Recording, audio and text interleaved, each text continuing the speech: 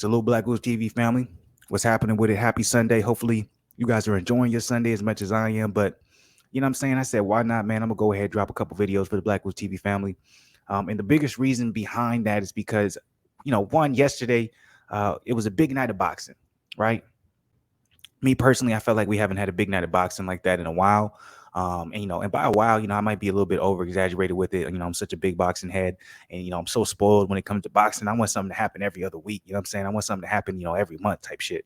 But I felt like, the beginning of this year was, relatively slow. We did have some, a couple big fights happen, but other than those two big fights, with Thurman being involved in one of them, and I know I'm forgetting the other one, but other than those two, really, we haven't had really, too much exciting things happen within that time frame. And I felt like yesterday was the resurrection of, hey, we're about to have all these firefights happen. So all you boxing heads, you know what I'm saying, sit back, strap in your seatbelt, pay attention. And, of course, that's what's happening. We had, last night happened, next week, what I'm saying, we have Gervonta Davis fighting the weekend after that, so it's just following where, we're about to have top tier boxing fights, what I'm saying, for the next weeks, to come. And even if it's not back to back, what I'm saying, we just wait a couple weeks, we have, another firefight, this summer, in my opinion, a little bit past this summer, we're going to be talking about, so many firefights that have happened. So, I'm excited for that, and I just can't wait for it to happen though. But with that being said, me piggyback off of what I was saying a little bit earlier. It's important, in my opinion, to talk about what happened last night and some of the fights that did take place, especially since there was some upsets that took place as well. And one of the upsets that took place last night is the one that you guys see right here next to me, Sebastian Fundora beating Erickson Lubin. That was something I did not expect to happen. I was all in Lubin's corner. I thought Lubin was going to win the fight. I did think Fundora was a talent. I don't know if you guys caught it. If you guys watched Fluence Lounge yesterday, I was talking to Zen. I said, yo, I didn't realize the Fundora Lubin was fighting was the Fundora, the 6'5", guy at 154 who, just was just bigger than everyone, towered over everyone. But, looking at his frame, you would think, body shots would be something that you would have to utilize on him. But, he took a lot of big body shots from Lubin well in the fight. He only got dropped one time, and really it didn't even seem like something that really made him dazed, but more so that he got hit with a big punch.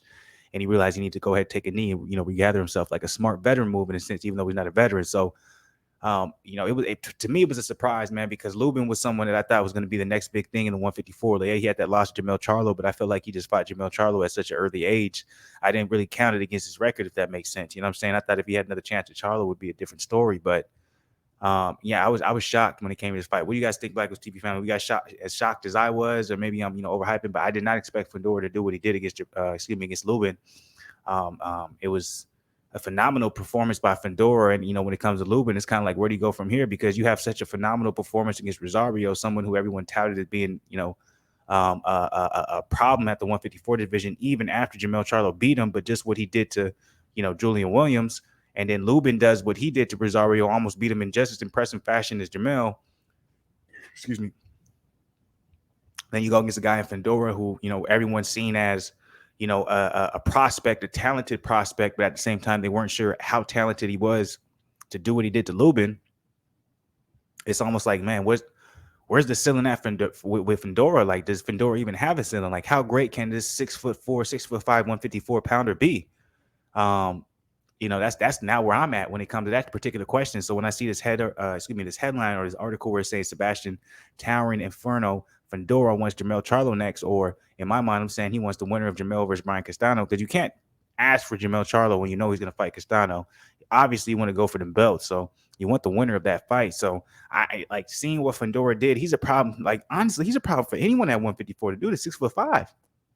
When have you ever seen something like that? And for me, I never truly believed in it, because usually when you're that much bigger than your opponents, it usually equates to a weight drain. And a lot of times when you get to the upper echelons, other talented in that weight class, when you weight drain yourself so much, you end up getting exposed because you can't take certain, punches or power, et cetera, et cetera. But, seeing Fundora in there with Lubin, I'm convinced that he's not weight draining. That's his natural weight. And he looks good. And he looked like, he shouldn't be at a different weight class. Obviously, he can't move up as he gets older because he still is a young fighter. But he looks like he's in the weight class he's supposed to be. He's not. It doesn't look like he's trying to weight drain himself to fight against smaller opponents. He just so happens to be a 6'5" guy who, can he can drop all the way down to 154, which is crazy, right? But that's the case. But let's read a little bit what this article has to say. I thought it was a really good fight between the two. I thought, you know what I'm saying, I give nothing but respect toward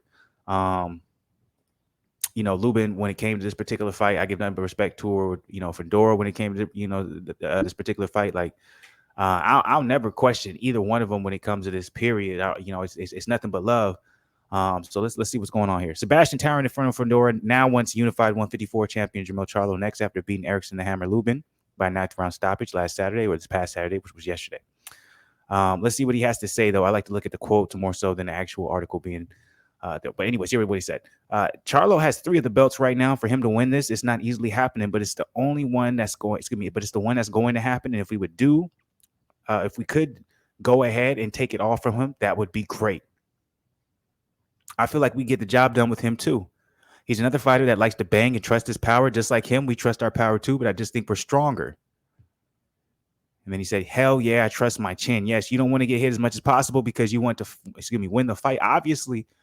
But he feels like he'll be able to take that, you know, he'll be able to take the power of Charlo. I took the knee to collect myself in regards to when Lubin dropped him in the 7th round. I got back up. I got the job done. You can say it was the hardest fight of my career. You made me take a knee, and it made me think a little bit. It was a great fight. We gave both of us, Lubin and me, we gave the fight we wanted for everybody. It was an inferno. Yeah, if the swollen right eye wasn't there, I'd go a million more rounds. But my condition is fine. It was a tough fight. We can get a little rest. I was a little bit buzzed. But at the end of the day, I'm 100% when it comes to my condition. I think when I dropped him in the 2nd round with an uppercut, I knew the uppercut was going to land again and again. The round that I took the knee, I felt we were dominating pretty good until we took the knee. Then in round 8, we came back, and it was like the rain never stopped. You can't disagree with that. The next one is the real thing, hopefully. But if not, we'll fight anybody at 154. We're doing good. Yeah, I knew he was going to get caught again.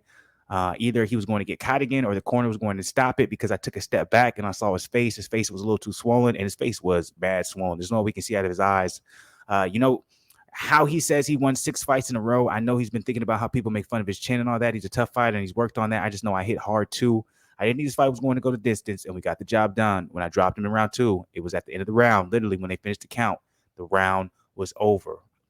He came back in the 3rd round, and I know he had about a minute of rest. It was fine. I knew he was going to be fine. It was a great fight, a great stoppage. That's why he's one of the greatest trainers in the world.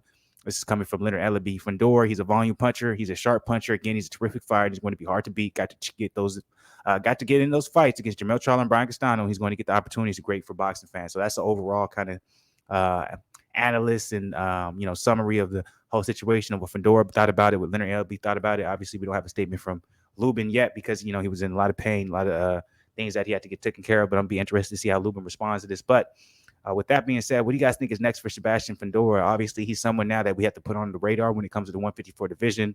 I wasn't talking about him. I don't know if anybody else was talking about him. I really thought Lubin was going to win this fight, and he was going to go on and basically be, next in line for the Jermell Charlo Brian Castano 2 winner. But it doesn't seem like that's going to be the case. So what do you guys think about this, man? I think this is one of the biggest upsets we saw over this past weekend, and one of the biggest upsets we saw so far this year. I didn't expect this, not even in the least. What do you guys think about Fundora's performance? Where do you think Lubin goes from here? Do you want to see Fundora versus the Charlo Brian Castano winner? Do you think Fundora can beat Charlo or Castano? And what would you like to see next for Lubin? Let me know. Drop it in the comments below. As always, guys, like the video, subscribe to the channel. I'm out of here for now, but I got a lot more.